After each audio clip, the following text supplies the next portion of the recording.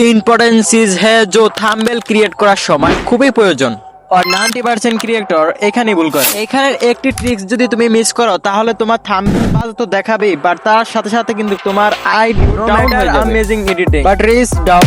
আজকে আমরা ওই তিনটি পয়েন্টকে সুন্দরভাবে ডিসকাস করব। হ্যাঁ, তো এখানে দেখতে পাচ্ছ দুইটি থাম্বনেল। এখন এই থাম্বনেল থেকে তুমি কোন থাম্বনেলটি চুজ করবা? অবভিয়াসলি তুমি রাইট ওয়ালা থাম্বনেলটি চুজ করবা, কারণ এখানে কালার খুবই ভালো, একটি সুন্দর পারফেক্ট ফন্টও ব্যবহার করা হয়েছে, যা অডিয়েন্স দেখলে খুব সহজেই তা বুঝতে পারবে। ওই রাইট ওয়ালা থাম্বনেলটি যখন আমরা দেখব, এর ভিতরে নো কালার ভালো, এটার ভিতরে সেই কালারও নাই, তাই এটা ডিসলাইক। অ্যামেজিং ও ভালো লেভেলের থাম্বনেল বানাতে হলে তিনটি পয়েন্টের উপর ভালো করে ফোকাস দিতে হবে। Point number 1, clear vision. এখানে আপনার ক্যারেক্টার ও অবজেক্টকে সুন্দরভাবে উপস্থাপন করতে হয়, এতে করে অডিয়েন্স সুন্দরভাবে বুঝতে পারে। তো এখানে আমার একটি মোবাইল ইউজ করতে পারবো, একটি ক্যারেক্টার ইউজ করতে পারবো, একটি যে কোনো অ্যাপের লোগো ইউজ করতে পারবো, কারণ আমি টিউটোরিয়াল ভিডিও বানাতে চাচ্ছি।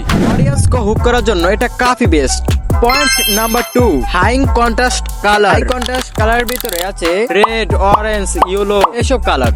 পয়েন্ট নাম্বার 3, এই থাম্বনেলটার ভিতরে দেখতে পাচ্ছেন কি সুন্দর একটি টেক্সট। আপনারও এরকম টেক্সট ব্যবহার করার চেষ্টা করুন, কি অডিয়েন্স সহজে বুঝতে পারবে। সিম্পল টেক্সট ছোট করে আপনারা সাজিয়ে লেখার চেষ্টা করুন। আজকে আমি আপনাদেরকে কিছু সিক্রেট ফন্টের নাম বলবো, এগুলো আপনারা খাতায় নোট করে রাখতে পারেন। ইনফ্যাক্ট ফোফ্যান, বোল্ড ফন্ট, রেগুলার ফন্ট, সব ফন্টগুলো আপনারা ব্যবহার করতে পারেন। এই সমস্ত ইম্পর্টেন্ট টিপস শিখতে অবশ্যই আমাদের চ্যানেলটি সাবস্ক্রাইব, ফেসবুক থেকে দেখে থাকলে ফলো করে দিবেন। আল্লাহ হাফেজ, আসসালামু আলাইকুম। মুসলিম হয়ে থাকলে ভাইজান নামাজ পড়েন।